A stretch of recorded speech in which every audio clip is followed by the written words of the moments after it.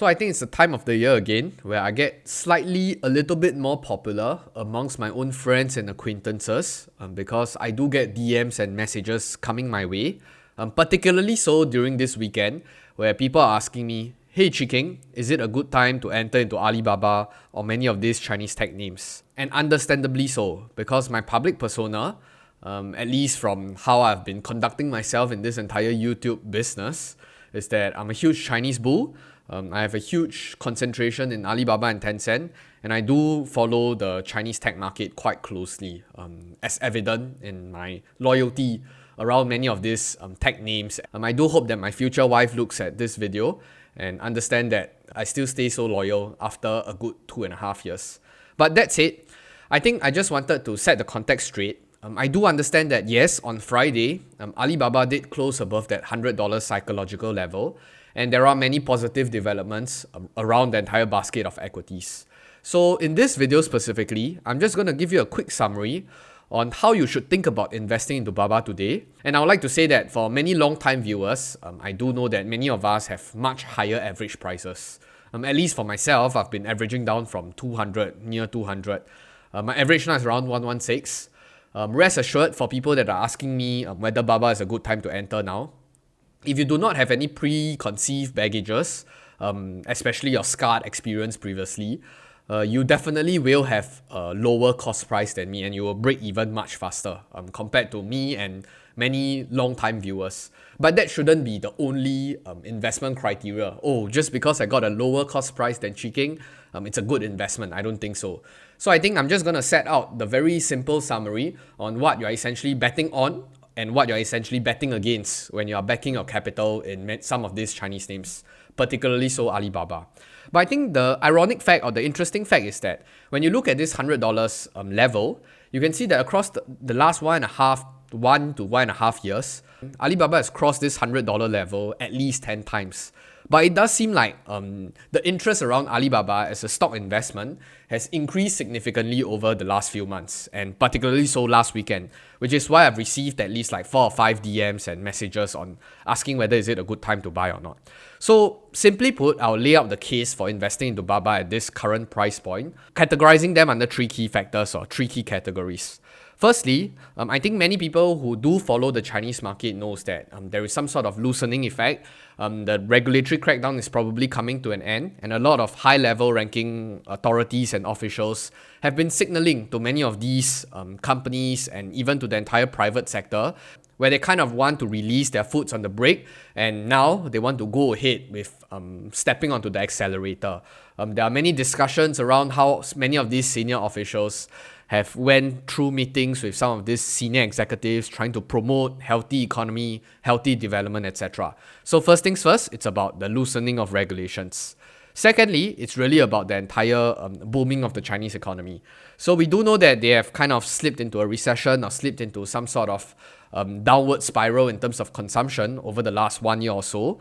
And we are expecting, or at least the strict consensus is, we are expecting some sort of normalization, some sort of stimulus coming our way. And the property crisis have been imploding on itself for the last 2 years or so. And we are looking towards whether there's a amicable outcome or not.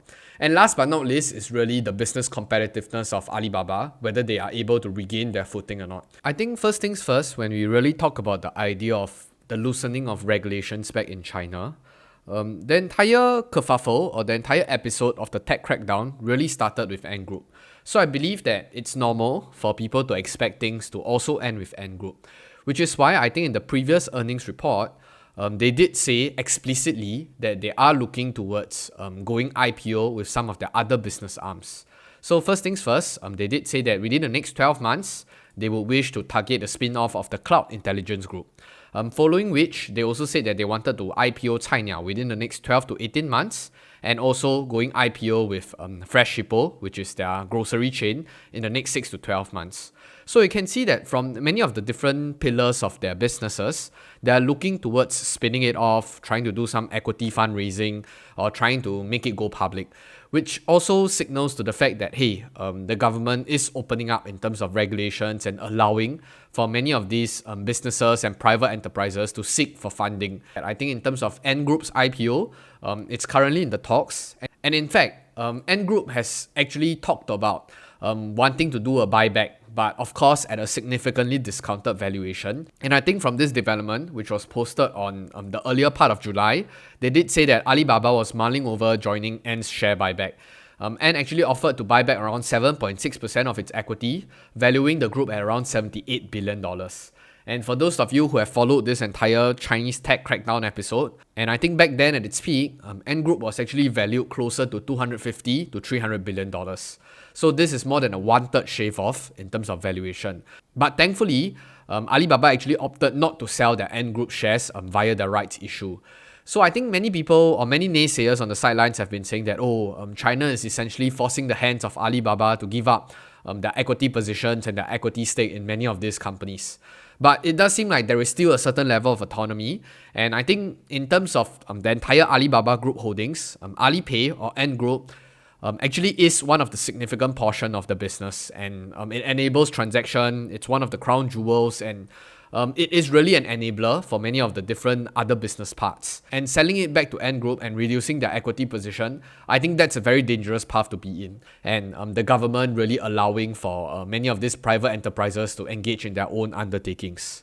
So on the second point about the improved earnings and the overall efficiency of the Chinese economy, we do know that in terms of the earnings revision of Alibaba, analysts have been essentially downgrading the expectations for Alibaba Group. And you can see that in terms of the consensus, it is just going downhill. But I would just like to remind everybody that back then, I think Alibaba is a growth company.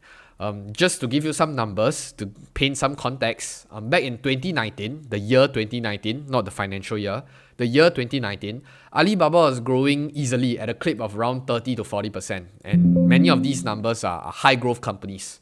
Moving on to 2020, they started slowing down a little bit, but they're still posting respectable numbers at least 30%. And I think moving into 2021, it was still respectable at over 20 to 30%. But I think 2022 was really the kicker, and we kind of know that, Alibaba is facing a lot of competition from many of the business arms from all different sides, from Meituan to Tencent to TikTok to JD to Pinduoduo, and whatever Chinese tech names you can throw in there, Alibaba seems to be in competition with them. And revenue growth actually went to start to stagnate, sometimes even posing negative growth year on year. So this was really a cause for concern, which also explains why the share price essentially plummeted from $300 over to the lows of $60. Because there is a fundamental change in terms of the makeup of the company and the growth expectations. But likewise, there is also an additional factor that people tend to forget, which was in the last 1 year or 1.5 years or so, China is in a rather bad place. The property crisis is imploding on itself. There is a lot of restrictions in private enterprises and growth. The economy looks bleak. Youth unemployment is at its all-time highs. People are not spending money. Household savings are also at its all-time highs. So I think it's a confluence of many of these different factors, which really kind of hit Alibaba's top line and bottom line severely, and they were impacted by a large extent. So at least for now, in terms of what the earnings estimates are, you can see that across the board, they are estimating Alibaba to revert back to some sort of slight growth to around 9 to 12% over the next 3 years.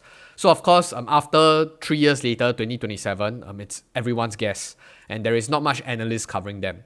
But at least for now, in terms of EPS estimates, earnings per share, it's around the 9 to 12% mark. Revenue for the next 3 years is also between the 7 to 10% mark. So this is based on the broad-based understanding and the broad-based consensus about how China as an economy is going to recover. And last but not least, it's of course the business competitiveness of Alibaba as a group.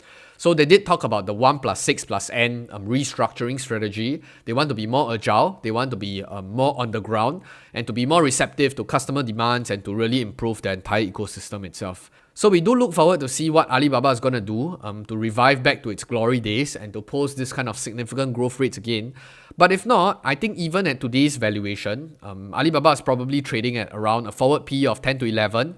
If you assume that they can maintain their free cash flow margin and maybe post around a $20 billion per year free cash flow, they're trading at around a 10 to 12 times price to free cash flow.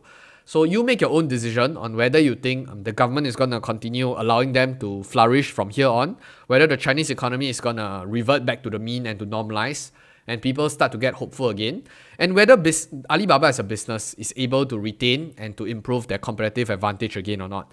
So this is essentially what you're betting on. In fact, if you to really piece the puzzle together, I do feel like there is very little downside in terms of entering into many of these Chinese names, considering the fact that many of these expectations that are built into the valuations today are probably at basement level expectations. But of course, for many investors that are closely following these companies, please have a pulse on the Chinese market, the Chinese economy, how these companies are fending off competition. And do understand that in terms of the regulation loosening, in terms of many of these IPOs going forward, the improved earnings profile, hopefully, you have to see whether the market is taking it with stride, whether there's more optimism being baked in, or whether the market is still going to be unkind to them or not. I think these are all work in progress, and we do have the following probably 3 to 6 quarters to monitor them. If not, I do hope that you understand what you're getting yourself into. This is definitely not financial advice. I've been a huge advocate. I'm clearly biased, and you can do your own due diligence. With that, I'll see you in the next video. But more importantly, I will finally see you on the moon. Goodbye.